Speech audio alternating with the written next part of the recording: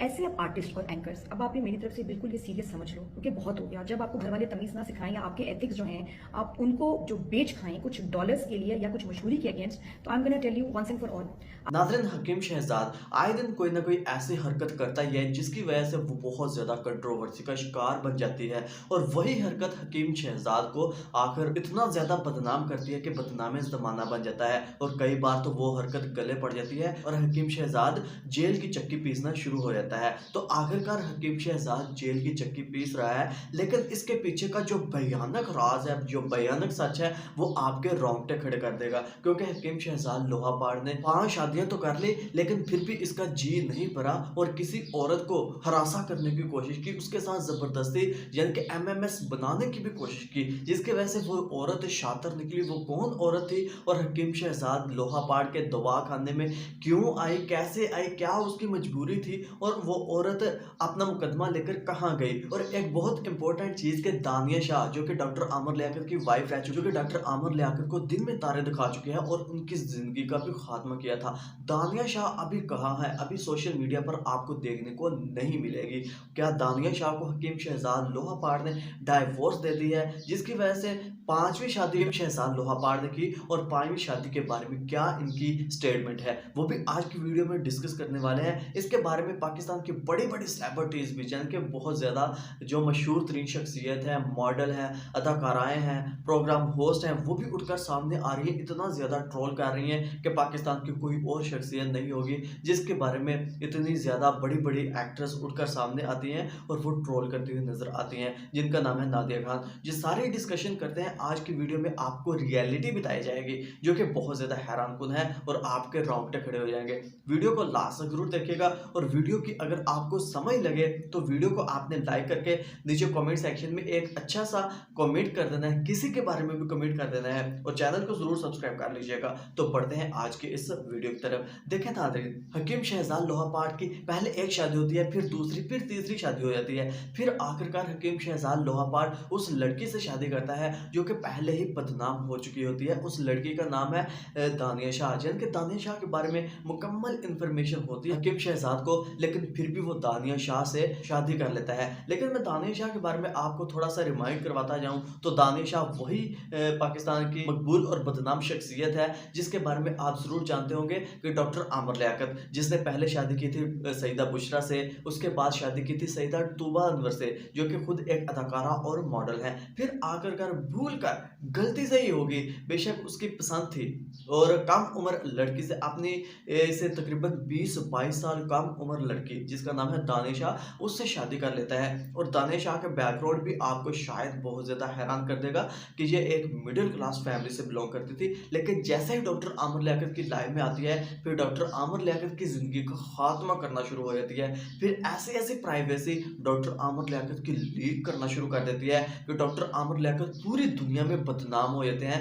वो बहुत बड़ा नाम था डॉक्टर आमिर लियाकत, जो कि रमजान ट्रांसमिशन शो उनके बगैर बिल्कुल अधूरा था, उनके बगैर तो मजा ही नहीं आता था। लेकिन एक अनमोल हीरा पाकिस्तान से गुम हो गया, पूरी दुनिया ने एक अनमोल हीरा खो दिया, और इसकी मेन रीजन थी, इसकी मेन वजह थी, वो है दानिया शाह। दानिया शाह की वजह से वो इस दुनिया फानी से रुखसत हो गई, ये आप सबको पता होगा। लेकिन फिर हकीम शहजाद ने दानिया शाह के साथ शादी कर ली, और दानिया शाह कभी किसी लड़के के साथ एंजॉय करती हुई नजर आ रही हैं। एक लड़का है टिकटॉकर जिसका नाम है शाहजेब, उसके साथ एंजॉय करती नजर आ रही हैं, जबकि हकीम शहजाद की लाइफ में आकर भी, क्योंकि दानिया शाह को पैसे की जरूरत थी, जिसकी वजह से इसने डॉक्टर आमिर लियाकत को फंसाया था। इसके बाद हकीम शहजाद ने खुद एक इंटरव्यू में आकर बताया था, एक वीडियो में आकर बताया था कि दानिया शाह को सिर्फ गाड़ियों की, बंगलों की, पैसों की जरूरत है, जिस वजह से इसने मेरे साथ शादी की है। और दानिया शाह की उम्र आप देख लें, हकीम शहजाद की उम्र देख लें, बाप बेटी लगते हैं, लेकिन फिर भी इन्होंने शादी की। लेकिन खैर, ये तो एक अलग बात। और अब सुनने में ये आ रहा है कि हकीम शहजाद लोहापाड़ ने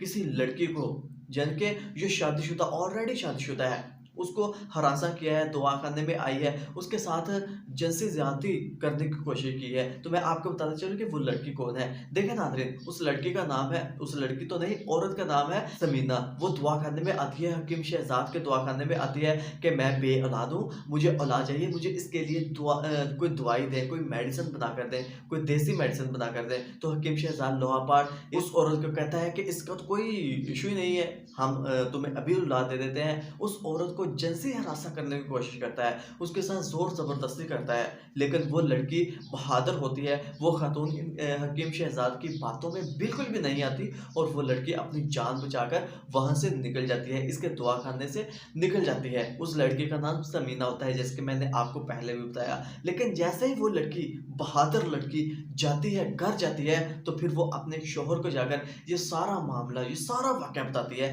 कि मेरे साथ हकीम शहज़ाद ने ये मामला पेश किया है, ये मामला किया है। क्योंकि आप जानते होंगे कि हकीम शहज़ाद के पास पैसा भी बहुत है और आज के वक़्त में पैसे की ही पावर है, जो रियलिटी है। और पैसे से आप आज के वक़्त में कुछ भी कर सकते हैं। पैसा सब कुछ नहीं होता, लेकिन बहुत कुछ होता है। ये रियलिटी आपको भी माननी पड़ेगी। लेकिन फिर समीना और उसका शौहर दोनों बहादुर थे। उन्होंने सोचा कि हकीम शहज़ाद की तो वाक़फ़ियत भी बहुत है, उसके पास पैसा भी बहुत है, उसके हर बंदे के साथ लेन-देन है, हर बंदे के साथ तल्लक है, उसको हाथ डालना तो बहुत ज़्यादा मुश्किल हो जाएगा। फिर उन्होंने हिम्मत करी कि उन्होंने थाने में रिपोर्ट दर्ज करवा दी। सारी एफआईआर जो भी इनके साथ मामला हुआ था, वो रिपोर्ट दर्ज करवा दी कि इनके साथ जो समीना है, उसके साथ हकीम शहज़ाद ने क्या-क्या मामला पेश किया है। लेकिन जैसे ही हकीम शहज़ाद को पता चला कि अब मैं खतरे में हूँ, मुझे कभी भी पुलिस हिरासत में ले सकती है, मैं जेल में जा सकता हूँ। फिर हकीम शहज़ाद ने उस औरत को वापस बुलवाया कि एक दफ़ा तुम मेरे दवाखाने पर आओ और हम मामला सुलझा देते हैं। वो औरत डरी नहीं, वो जाती है वापस। फिर उस औरत को अपने ज़ोर पर, जान के अपने जो दबदबा है, उसके रौब के ज़रिए उस औरत को दबाने की कोशिश की। धमकियाँ देता रहा है हकीम शहज़ाद कि मैं तुम्हारे साथ ये कर दूँगा, तुम्हारे शौहर को कत्ल कर दूँगा, न जाने क्या-क्या धमकियाँ देता रहा। लेकिन वो औरत डटी रही और फिर उसे जिनसी हरासा, उसका एमएमएस बनाने की कोशिश की, उसको बहुत ज़्यादा डराया-धमकाया, लेकिन वो औरत रुकी नहीं, वो वापस फिर चली गई। फिर उस पर मुकदमा दर्ज हुआ और आखिरकार पुलिस ने हकीम शहज़ाद को पकड़ लिया। और सोचने वाली, समझने वाली बात तो ये है कि हकीम शहज़ाद, जो कि एक वहशी दरिंदा निकला। देखने में आपको लगता होगा कि ये एक बहुत ज़्यादा सोबर है, बहुत ज़्यादा अच्छा इंसान है, इसकी दुआ भी। और आप एक बात जानकर बहुत ज़्यादा हैरान होंगे कि दुआ खाने से इतना ज़्यादा पैसा नहीं कमाया जा सकता, जितना कि इसके पास है। जायदादें हैं, करोड़ों रुपया है। ये सिर्फ़ इल्लीगल तरीके से, लोकल तरीके से, जो कि करप्शन के तरीके से, जो कि आजकल पाकिस्तान में आप जानते होंगे कि हर तरह से करप्शन हर कोई कर रहा है। जो जिस पोस्ट पर भी है, वो करप्शन कर रहा है, करप्ट बना हुआ है। गरीब का खून चूस रहे हैं, या कोई भी किसी का काम निकलवाना है, उसको उससे पैसे लेके उसका काम करवा देना है। और ये पाकिस्तान में अभी के वक़्त में चलता आ रहा है, जो कि आपको बहुत ज़्यादा हैरानकुन भी लगा होगा। और हकीम शहज़ाद लोहापाट की 5 शादियाँ हो चुकी हैं, लेकिन फिर भी इसका जी नहीं भर रहा, इसका दिल नहीं भर रहा। ये वैसे भी बहुत ज़्यादा अब ज़माने में बदनाम हो चुका है, जिसके बारे में पाकिस्तान के बड़ी-बड़ी एक्टर्स भी, बड़ी-बड़ी सेलिब्रिटीज़ भी इनके बारे में आवाज़ उठाती हुई नज़र आ रही हैं कि यार, इसको निशाने इबरत क्यों नहीं बनाया जा सकता। ये एक फ़ितना है, बहुत बड़ा फ़ितना है, जो कि पाकिस्तान में आए दिन कोई ऐसी हरकत करता है जिसकी वजह से पूरी दुनिया में ये बदनाम हो जाता है, ज़लील-ओ-ख्वार हो जाता है। लेकिन ये ऐसा शख्स भी पाकिस्तान को छोड़कर नहीं जाता, जो कि पाकिस्तान के और भी जो बदनाम होते हैं शख्स, वो भी पाकिस्तान को छोड़ कर चले जाते हैं जब वो बदनाम होते हैं। लेकिन ये वह शख्स है जो इतनी ज़्यादा बदनामी का सामना करने के बाद भी पाकिस्तान को छोड़कर नहीं जा रहा। इसके पीछे की रीज़न क्या है? इसके पास पैसा है, इसके पीछे सपोर्ट है, बहुत ज़्यादा सपोर्ट है। और ये पैसा जब तक ये पैसा पाकिस्तान में कमाता रहेगा, तो ये पाकिस्तान को छोड़कर कभी भी नहीं जा सकता।